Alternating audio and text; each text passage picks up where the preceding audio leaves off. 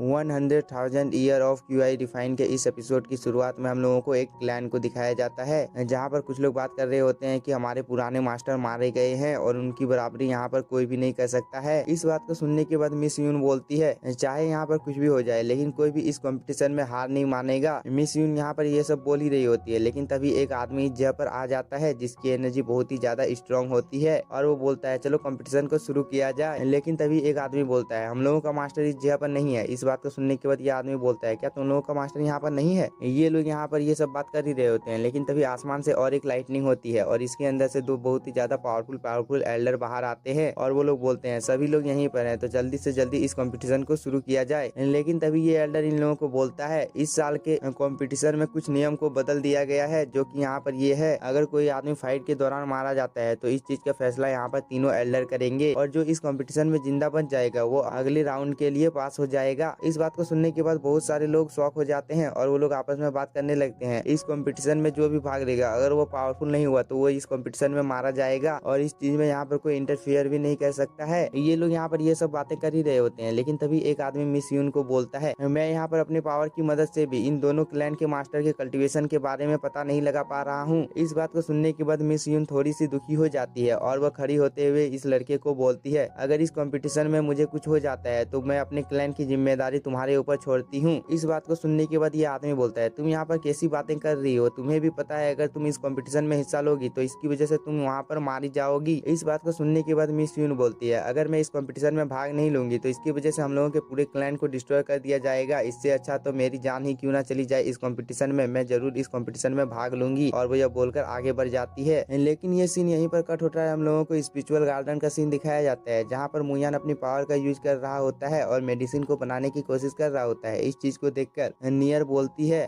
Master यहाँ पर ये सब किस तरह के हर्ब है जिन्हें आपने अपने साथ रखा है? ये तो दिखने में बहुत ही ज्यादा खतरनाक लग रहे हैं। नियर ये सब बोल ही रही होती है, लेकिन तभी उसकी नजर सुयान के हाथों में आइस और फायर के एक फ्लावर के ऊपर पड़ जाती है और वो बोलती है मास्टर ये चीज तो बहुत ही ज्यादा रेयर है, आपने इसे कैसे बनाया है? क्या आप मुझे इसे बनाना सिखाएंगे? जिस पर सुयान भी यहाँ पर हाँ बोलता है। इस बात को सुनने के बाद नियर बहुत ही ज्यादा खुश हो जाती है और वो बोलती है मैं आपके लिए एक स्पिरिचुअल चाय बनाकर लाती हूँ, तब तक आप मेरा इस जगह पर इंतजार कीजिए। नियर के यहाँ से चले जाने के बाद सुयान हम लोगों को इस फ्लावर के बारे में बताता है। यह एक स्पिरिचुअल फ्लावर है जिसकी पावर बहुत ही ज्यादा है और जो भी उसे कल्टीवेट करेगा उसकी पावर बहुत ही ज्यादा बढ़ जाएगी। मुयान ये सब यहाँ पर बोल ही रहा होता है, लेकिन तभी ये सीन कट होता है। हम लोगों को दोबारा से इस फाइटिंग अरीना का सीन दिखाया जाता है जहाँ पर मिस यून इन लोगों के सामने फाइट करने के लिए बिल्कुल तैयार खड़ी थी और ये एल्डर भी इन लोगों को फाइट करने के लिए बोल देता है। इसके बाद मिस यून बिना कोई टाइम जाए कि अपने स्वॉर्ड को लेकर इन लोगों के ऊपर हमला कर देती है, लेकिन ये एल्डर लोग बहुत ही ज्यादा पावरफुल होते हैं और वो एक शील्ड बनाकर मिस यून के अटैक को यहाँ पर रोक देते हैं। इस चीज को देखकर मिस यून अपनी पूरी पावर के साथ में इन लोगों के ऊपर हमला कर रही होती है, लेकिन इसकी पावर यहाँ पर इतनी ज्यादा नहीं होती है कि वो इन एल्डर लोगों के साथ फाइट कर सके। इस चीज को देखकर ये एल्डर हंसता है और वो मिस यून को बोलता है हम लोगों के क्लैन के साथ मिलने के लिए तैयार हो जाता है तो यह फाइट यहीं पर खत्म हो जाएगी। क्या तुम्हें यहाँ पर यह डील मंजूर है? इस बात को सुनने के बाद इस ग्राउंड में जितने भी लोग होते हैं वो सभी लोग बहुत ही ज्यादा शॉक हो जाते हैं और मिस लिन बोलती है अगर मैं इन लोगों के साथ में मिल जाती हूँ तो इसकी वजह से मैं इस जगह पर बन जाऊंगी। और वो यह सोचने के बाद अपने स्वॉर्ड को नीचे कर देती है और वो मन ही मन में बहुत ही ज्यादा खुश हो रही होती है, क्योंकि उसे यहाँ पर डुयून क्लैन की पावर के बारे में पता था और इन लोगों का क्लैन बहुत ही आसानी के साथ में टॉप 3 में आ जाएगा, इसलिए मुझे चिंता करने की भी कोई भी जरूरत नहीं है। इसलिए मैं इन लोगों के इस प्रपोजल को यहाँ पर स्वीकार करती हूँ। लेकिन तभी हम लोगों को इस एल्डर को दिखाया जाता है जो कि इस बात को सुनने के बाद बहुत ही ज्यादा गुस्से में आ जाता है और वो बोलता है क्या तुम लोगों को यहाँ पर हम लोगों के क्लैन से डर नहीं लग रहा है जो तुम लोग यहाँ पर ऐसी बातें कर रहे हो? क्या तुम लोग यहाँ पर हम लोगों के बाइतियान क्लैन के बारे में भूल गए हो? वो एक पल में तुम लोगों को यहाँ पर जान से मार डालेगा। इस बात को सुनने के बाद मिस यून बहुत ही ज्यादा घबरा जाती है और वो बोलती है एल्डर आपको यहाँ पर गलतफहमी हो गई है, कृपया करके आप यहाँ पर शांत हो जाइए। और वो बोलता है मैं यहाँ पर शांत हो जाऊंगा, लेकिन यहाँ पर तुम्हारे पास क्या पावर है इसके बारे में तो मुझे बताओ। ये एल्डर यहाँ पर ये सब बोल ही रहा होता है, लेकिन तब ये दोनों अपनी पावर का यूज कर इस एल्डर को यहाँ पर जान से मार डालता है। इस चीज को देखकर मिस यून बहुत ही ज्यादा शॉक हो जाती है और वो बोलती है आप लोगों ने तो यहाँ पर इस एल्डर को मार डाला है। इस बात को सुनने के बाद ये दोनों एल्डर बोलते हैं तुम्हें इस चीज की चिंता करने की कोई भी जरूरत नहीं, क्योंकि हम लोगों ने इस आदमी को मारा है, इसलिए इसका क्लैन तुम लोगों के ऊपर हमला नहीं करेगा। लेकिन यहाँ पर मिस यून की हालत देखने लायक थी, जो कि आप लोग स्क्रीन में देखकर समझ ही सकते हो। इस चीज को यहाँ पर ये दोनों एल्डर भी देख रहे होते हैं और वो दोनों बोलते हैं तुम यहाँ पर इस क्लैन की लीडर हो, तुम्हें यहाँ पर ऐसी छोटी छोटी बातों के ऊपर ध्यान नहीं देना चाहिए। हम लोगों को यहाँ पर बहुत ही ज्यादा काम है, इसलिए हम लोग अभी के लिए इस जगह से जा रहे हैं, लेकिन इन लोगों के पीछे पीछे मिस यून भी चली जाती है और वो इन लोगों को लेकर एक जंगल के बीच में आ जाती है और वो बोलती है यहाँ पर हम लोगों का हॉल है, आप लोग कृपया करके हम लोगों के हॉल में चलिए। लेकिन ये दोनों एल्डर मिस यून की बातों को नहीं मानते हैं और वो लोग तीसरी तरफ जाने लगते हैं। इस चीज को देखकर मिस यून बोलती है उस जगह पर खतरा है, लेकिन ये दोनों एल्डर बोलते हैं तुम्हें इस चीज की चिंता करने की जरूरत नहीं है और वो लोग ये बोलकर इस जगह से जाने लगते हैं। इसके बाद मिस यून यहाँ पर अपने डिवाइन मिनर को एक्टिवेट कर लेती है और उसके अंदर में वो स्पिरिचुअल गार्डन को देखने लगती है और मिस यून यहाँ पर ये चीज देखकर बहुत ही ज्यादा शॉक होती है कि ये दोनों एल्डर यहाँ पर सुयान को मास्टर बोल रहा है। लेकिन तभी हम लोगों को इस स्पिरिचुअल गार्डन में नियर को भी दिखाया जाता है जो कि स्पिरिचुअल चाय को लेकर यहाँ पर आ गई होती है और वो सुयान को इसे दे दी होती है। इस चीज को देखने के बाद मिस यून बहुत ही ज्यादा शॉक हो जाती है, लेकिन सुयान को भी इस चीज के बारे में पता होता है और वो एक नजर इसके तरफ देख लेता है जिसकी वजह से इसके डिवाइन मिनर यहाँ पर डिस्ट्रॉय हो जाता है। इस चीज को देखने के बाद मिस यून बहुत ही ज्यादा शॉक हो जाती है और वो बोलती है आखिरकार ये आदमी कौन है जिसने एक ही नजर में मेरे डिवाइन मिनर को डिस्ट्रॉय कर दिया है, मुझे इसके बारे में पता लगाना ही होगा। क्या वो यही आदमी है जिसके बारे में लीडर ने मुझे बताया था? और वो ये सब सोच कर यहाँ पर बेहोश हो जाती है। इसके बाद हम लोगों को कुछ देर बाद का सीन दिखाया जाता है जहाँ पर स्पिरिचुअल गार्डन में मिस यून की आंखें खुलती है और उसके सामने यहाँ पर नियर होती है